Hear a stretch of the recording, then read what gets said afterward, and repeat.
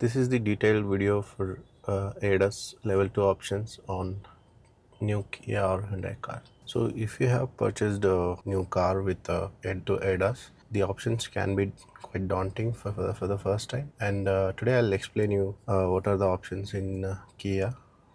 This is same for all Hyundai cars as well.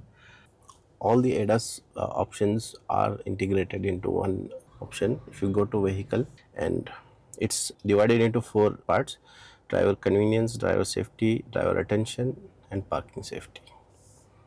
Let's go ahead and check them one by one.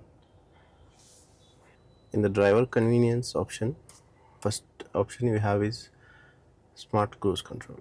This is where the vehicle sets the speed according to the car in front while doing the cruise control. This is also called the adaptive cruise control. If you go here, you can set the cruise control based on your preference. If you like to drive closer to the vehicle or keep distance or keep far away distance. This is by default setting. It works quite well, but you can change depending on your preferences. And you also have the acceleration setting where the vehicle adjusts the acceleration. You want it to do it pretty aggressively or nominal or light. The default setting is at the mid. I think it works quite well. I would keep this as it is unless you want to make specific changes to your driving style. Okay. Now go to warning methods. So there are a lot of warnings the car gives away to help the driver. So if you click this driver safety priority, if you switch it on, all other vehicle sounds like your music system and all reduce the volume while giving the sound warning. The second option is parking safety priority. So this is a very useful function. While you are taking reverse, the music system volume will reduce automatically. I would suggest you to keep it on, and here you can adjust the volume as well. There are 3 levels of volume. So third option is driver attention warning. So this is something I would switch on when I am going on a highway. It actually gives you alert while when there is a leading vehicle departure from your lane or something that comes inside the lane, the vehicle start giving you warning. So all these warnings can be overwhelming for some people. Like, I don't use this in city because a lot of people cut you in the city traffic, but highway is definitely useful.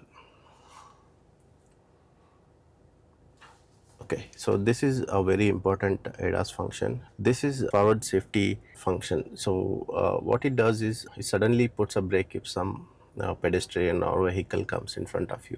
So this is like emergency braking. I wouldn't suggest you to keep it on in the city till you get used to the driving style with ADAS, because it's quite intrusive at start. So we have a habit of tailgating a vehicle, and that is not good driving practice, but still we are used to doing that. So if you want to keep this on, first get used to all other features, and I think this is the last thing that you have to switch on from the ADAS feature, because you need to be a bit patient with the car. And this lane safety is second option. Adjust your steering while you keep vehicle within the boundaries of its lane. So automatic adjustment in the lane is quite useful on the highways, but I wouldn't keep this on in the cities. And again, this is something that you should keep it on once you are used to the ADAS features. Third one is very important, and I always keep this on. This is the what view monitor. It will display a blind spot when cluster when changing the lanes using the turn indicator. So what it does essentially is, I'll show it to you. So if I turn the left indicator, it will show the left camera from the mirror. If I turn the right indicator, it will show the right camera. This is, I think, one of the most useful features in the level 2 ADAS. There is one more blind spot safety. What it does is warning and detection of a risk blind spot collision. So it automatically controls the vehicle if you are parallel parking, or you're taking out the vehicle from the parking, and there is a vehicle coming from behind towards you, and it puts a brake. I have used this feature. This can be a little bit intrusive at first, but this is very useful. I think you should keep this on.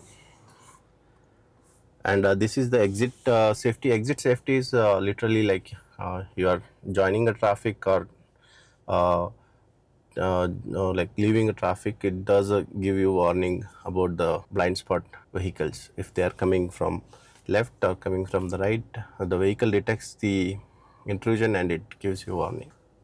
Next we will go to parking safety. So parking safety, I think most of these are quite essential if you are parking your vehicle in a tight spot. I think I mostly use these features quite often. So I'll explain you what are the options here. The first option is surround view monitor auto on. It automatically activates your 360-degree cameras when you put it your vehicle on the reverse like this. And the parking distance is warning. If some, while you are taking reverse, if some vehicle is or object is closer to your vehicle, it automatically activates the view monitor. So the second option in parking distance warning auto on is automatically activates the parking distance warning when traveling in low speeds.